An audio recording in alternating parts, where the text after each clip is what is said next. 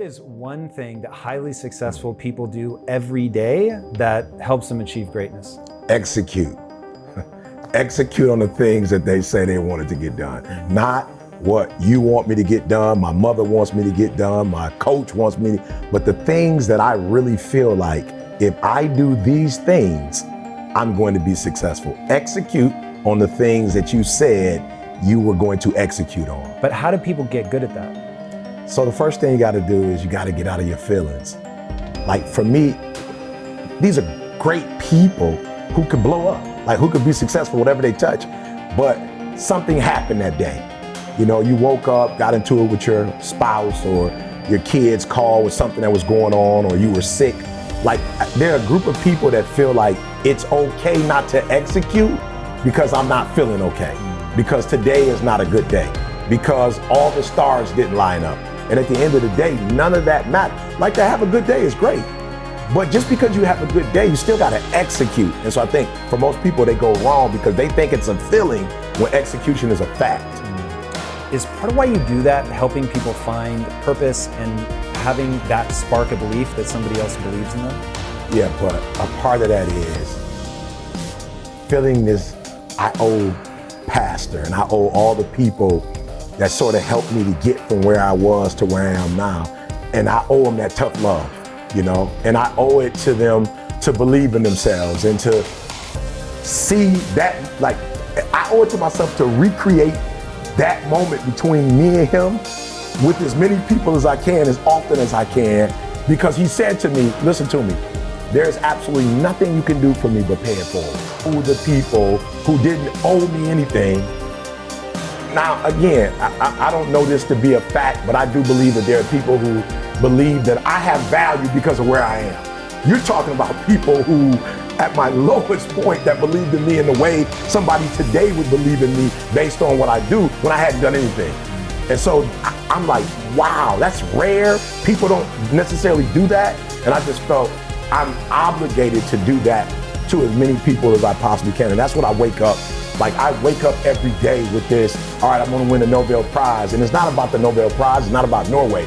It is about if LeBron and Michael Jordan are playing for the finals and Gretzky is playing for the Stanley Cup and somebody else is playing for the pennant, like my pennant is the Nobel Prize, because you don't get that without helping millions of people get from one place in their lives, you know, to another. And as a speaker, I try to start with, like, where are you?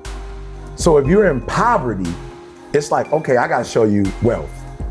Like in your own world, I've gotta show you that this ideology that you're holding on to is probably not yours.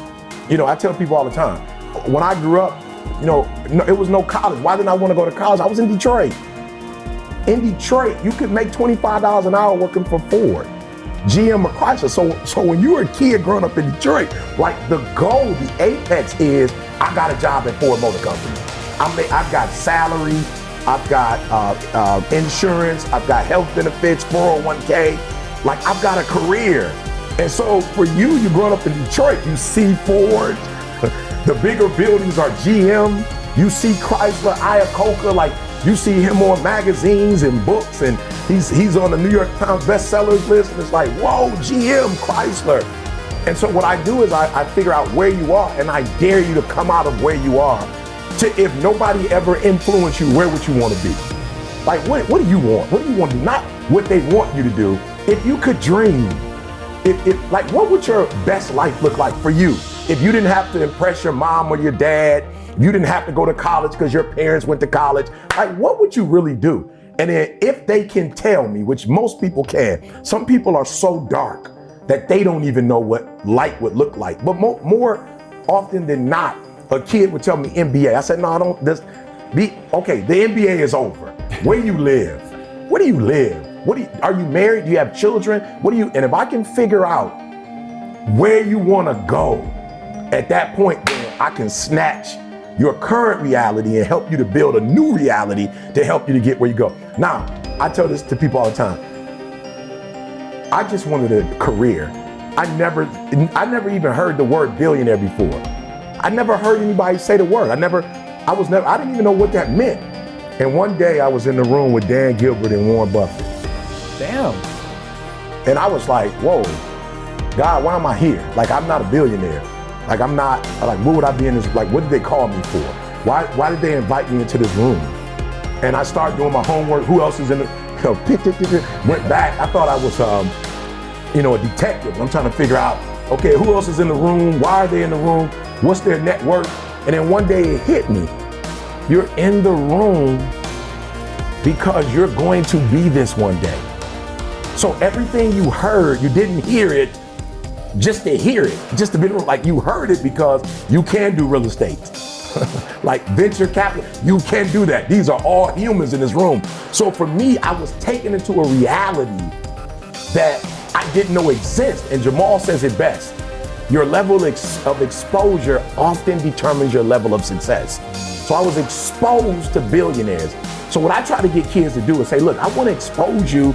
You could go to LA without going to LA. You can put the things on and go to LA. You can go on the computer. You can read a book. Like you can get to Sunset without ever going. And then once you get to Sunset here and get to Sunset here, you can get to Sunset here. So for me, it's I got to get in here and I got to get in here. And if you let me into these two spaces, I can get you wherever you're trying to get to. Some things mathematically you can explain. It's like, it's succinct, right? It's linear. But other things is like frequency, like vibe. And so as he was walking toward me, I felt me. I felt that darkness, that dark place that I was once in. I felt that, but I felt, okay, like he's on the phone saying he's gonna do whatever, but he's still on the phone. Like like if it was that deep, you just hang up the phone and you just go do whatever you say. You're still talking about it. And you're still talking about it because whoever you're having this conversation with, some kind of way you still care enough. So I could hear this battle that he was personally going through. And when I saw him, I'm like, yo, E.T., 16-year-old, 12, 13-year-old E.T., 16-year-old out of control E.T. And I saw the rage and the anger and the darkness. And I was like, yo, E, you gotta take a chance. Why? Because somebody took a chance on you. Like I wasn't the dude that was sitting with a poster saying, help me, I'm messed up. I was messed up. And somebody saw me and went, yo, we gotta salvage this kid. Like some kind of way this pastor, I don't know if it's everybody, maybe he did it with everybody, I don't know. He made me feel like it was just me. And now when I look at my life, I'm like, wow, he really did save thousands and thousands of people's lives. I could have easily been in prison or dead. This guy, by rescuing me, you know how many people I've inspired? I don't know how many people I've inspired, but it's got to, looking at the videos and the algorithm, it's got to be a couple hundred, you know what I'm saying? So, a couple 100,000, maybe some millions. So I'm looking at this guy like, yo, E, you got a chance to do the exact same thing. So being selfish, it might have been more of me just like, yo, E, here go a big one, baby. Like this the finals, like this the Super Bowl, like go for it, and his response, I'm nervous, I'm scared, just like, they don't know I'm nervous and I'm scared, but I'm too scared not to try. Like I'm too scared not to take the risk. I'm all in now. I've been watching him, paying attention and listening, so boom, I go in. And his response, falling on his knees and crying, was like, whew, okay, maybe I am. This story could have been real different. Yeah, this can go good or bad. There's no middle ground. And so for me, I saw a young, hurt Eric Thomas, and was like, E, here's your chance to do for this guy, what somebody did for you. You want somebody to Absolutely. Check you. Yeah, I tell people it's crazy. My biological father wasn't in my life. And me and my mom struggled because I knew my mom didn't want me to go after him because of what it meant in her life. Whatever the pain, whatever it was. And so I kind of never shared that I want to know who my dad is. It's crazy. It's like I was an adult and I wanted my daddy. I wanted to know who my father was. And I don't mean I knew who he was by name, but like, yo, who are you? How am I like you? You know what I'm saying? What were your goals and aspirations? What were your struggles? What were your challenges? And so I feel that, like you said, with mom, that love is there. Moms will die for you. She'll do anything for you. But with dad, it is that, Dad, what am I capable of? I remember my daughter, she loves her mom. They have the best relationship. But she would get dressed and walk right past her mom and be like, Dad, what do you think? And I'm like, wow, this is crazy. My son would play football. And you could see he, picked up a fumble and I'm like, run. But he's like, hey, did you see me with the ball? I'm like, yeah, we can talk about it afterwards. And so I think there is an affirmation in fathers along with that correction. But you said something earlier that I thought was important. You know what bothers me is individuals' ability to check and hold people accountable. Like, I'm like, yo, it's crazy. If you weren't wired to check people, or when somebody can't, didn't meet your expectations, I would be like, yo, don't hold yourself accountable. But like, I literally look at humans, when somebody doesn't pay them back on time, or somebody picks them up later, somebody doesn't keep their promise, like, you feel this, why didn't you, how dare you? And I'm like, well, how do you pass you in the mirror?